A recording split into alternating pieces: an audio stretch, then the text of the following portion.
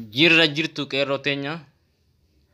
Jirra jirtu qeerroon teenya tan bahaa, tan dhiyaa, tan kaabaa, tan kibbaa, tan qeerroon teenya tan biyya keessaa fi tan biyya alaa jirtan hundinuu akkasuma ijooltan keenya kan biyya keessaa fi biyya alaa jirtan hundinuu jirra jirtu siin jenna gaafa bakka jiraatanii. Asii yaaraa haala yeroo haala guyyaarraa deemaa ol irraa xiqqoo haasoo barbaanna. Akkasii waa'ee obbo Daawit Ibsaati. Haji duree Abaa'oo obbo Jaal Daawit Ibsaadha. Ammaan dura akkuma beekamu paartiin Bilisigiinaadha. Dhaabni Abaa'oo kuni dhaabaa qabsoo Oromooti bu'uuraati. Isa jalqabaatiis. Kan afaan Oromoo Abaacaa jennee seenaa teenya, aadaa teenya, maalummaa keenya akka barannu kan nu godhe dhaaba Abaa'oo kana. Dhaabni Abaa'oo kunis kan ijaarames waggaa 50-60 dura. Isaan kana dhaaba Oromoo kun dhaaba guddaa fi dhaaba jabaa waan ta'eef dhaaba Oromoo kan akka inni tokko hin taaneef uummanni Oromoo sabni hundinuu dhaaba Abaa'oo kana waan jaallatuuf dhaaba kana bakka lamatti dabaa diiguudhaaf ammaan dura Bilisigiinaa irratti yaadaa turte milkaa'ee fi jiratan illeen akkasuma ammaan dura ni yaadama dhaabni Abaa'oo Jaal Daawit Ibsaa dura bu'aa ta'ee mircaa boordii filannoo biyyoolessaatiif kan dorgomaa qophaa'aa ture osoo jiruu dhaabni Abaa'oo bakka lama akka qoodamu godhee Daawit Ibsaa ofirraa buusanii jira. Jaal Araarsoo Biqilaa bakka buusanii mootummaan kan jidduu seenee isaan lamaan kana bakka akkamitti adda qooduun isaanii ni yaadatama. Haaluma kana wal qabatee Jaal Daawit Ibsaa hayyuu duree Abaa'oodha. Toon waggaa 25 olii yoo xiqqaate tajaajilee jira. Ammallee tajaajilaa jira.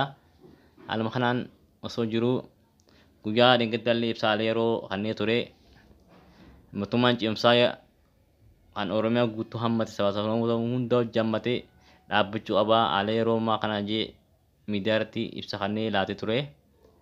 Haaluma kana wal qabatee guyyaa har'aan tanaa Jaal Daawit Ibsaa dura bu'aa OLF yookaan Abaa'oodha.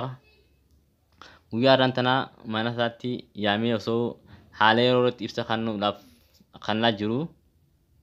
Osoo kannaa jiru akkuma inni eegaletti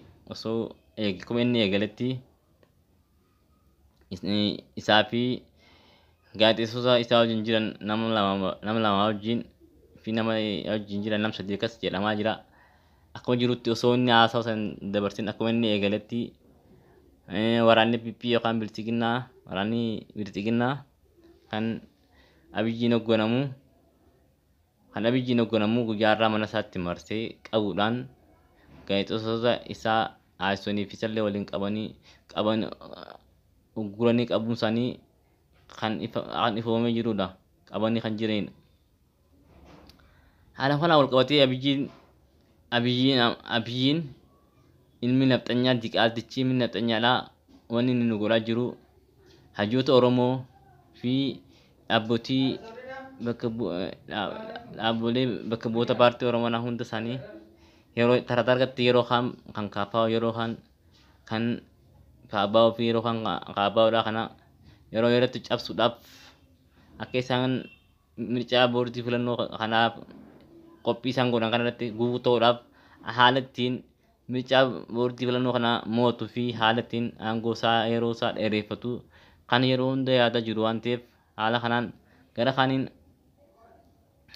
paartiin Oromoodhaaf bakka bu'ee jiru paartii isaan sadiin kana paartii Abaa'oodhaa KFO fi Abaa'oo kan jennuun isaan sadiin kanarraa dura paartii KFOodhaa warreen akka Jawaar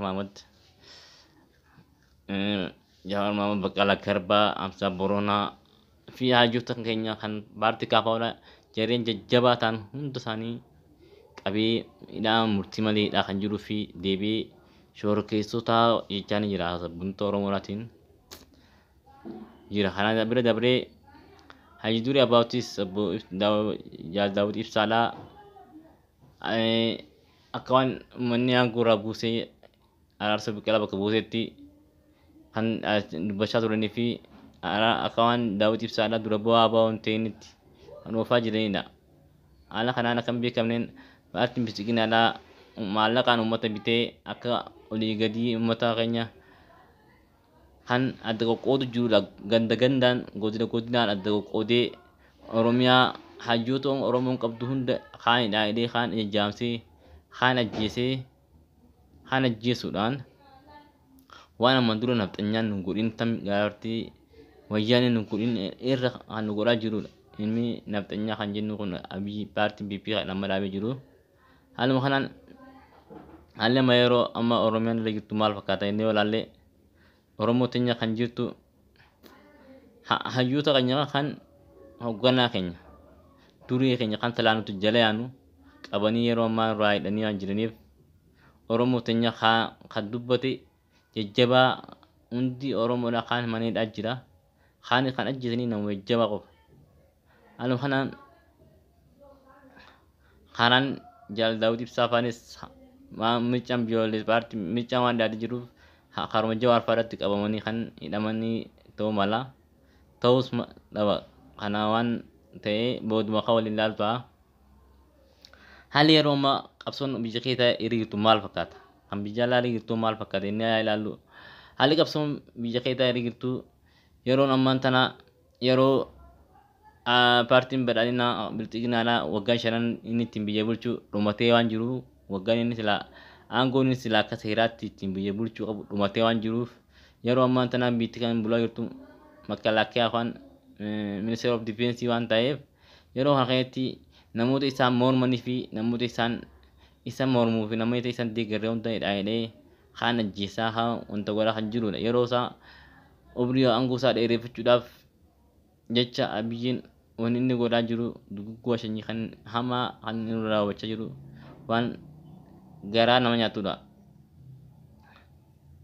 Kanaaf sobee sossoba malee alagaan garraan keessi isaa diinumaa jedhe jecha hayyoota keenya kan Jawaar Mohaammed sobee nama soba malee afaan gubbaarra alagaan garaan keessi diinumaa jedhe akkasii ilmi nafxanyaadha kan dhalatee fi diqaaltichi diinagdee Oromoo cabsuuf hayyoota keenya jalqaba gaafa muluunaa kakka ajjeesan Oromoo silaa dubbattee dinquu dagaatiin dabaran ture gaafa nadhii galaan ajjeesan silaa Oromoo keenya dubbattee Hacaaluu Hunddeessaatiin dabaran ture akkasuma gaafa Jawaar Mohaammed qabanii hidhan silaa Oromoon wal jala finciltee xiqqaa guddaan kan jiru hunda bakka jirutti rabshaa taasistee wanta gootee Jaal Daawud Ibsaatti hin dabran. Kanaaf akkuma gartee maqmaasa Oromoo gaafa duraa kitaaba afaan Oromoo jirutti sangoota sadiitu ture sangoota sadeen san diimaa gurraachaa fi adii ture isaan kana itti dhiyaatanii sangaadhattiin kun isin keessaa waan alaala mul'atuuf kana if keessaa qophaa baasaa jedhanii qomaa nyaatan sanitti Oromoo teenyaas paartii keenya kan Oromoo kan jirtu paartii sadeen abaa'oo kaafaa fi paabaa'oo kanaas tokkuma tokkotti jara fakkaachaa tokko tokkotti isaan hunda diiganiif ta'anii jiru. Yeroo ammaa kana keessatti haalli fuuldura Itoophiyaan jiraachuu Itoophiyaan kun jireenyi itti fufuu fi itti fufuu dhabuusidha waan nama yaachisuudha. Haaluma kana wal qabatanii guyyaa irraa kun obbo Daawud Ibsaatii fi obbo Araarsoo Biqilaas kun akkuma gartan kana waraanni marsee qabee jira. Eessa akka geessee fi ammaan dura eessa akka geessu deemuu waan waliin dhageenyutu ammaan duraaf addaan baane. Kanaaf information gaagii harkanne kan waa'ee obbo Daawud Ibsaa fi gaazexeessitoota Oromiyaa News miidiyaa ONN kan qabaman maal irra akka ga'an akka eessa akka jiran kana hunda gidee oduu gidee harkanne kan isinii dabalu ta'a. Haaluma kanaan yeroo hedduu wanni nama gaddisiisu Oromoon teenya Oromoon cabsu yoom dammeetti Oromoon dammaqi yaa Oromoo dammaqi yaa Oromoo dammaqi yaa Oromoo wayii waan nama gaddisiisu guddaan ni beektaa yeroo Oromoon Oromoo basaastu yeroo Oromoon Oromoo hiitu wanni kana olin jitu silaa alagaan nu hiite silaa alagaan nu jiiste waan humaamti garuu yeroo sabni kee an Oromoo jaamaqa Oromoo himachaa Oromoo wajjisu yeroo inni Oromoo diimee Oromoo hidhu yeroo inni diimee Oromoo na shoror keessaa jiru kana wanni nama gaddisiisu kana yaa saba kiyyaa wanni gar malee nama gaddisiisu kana wayyaa Oromoo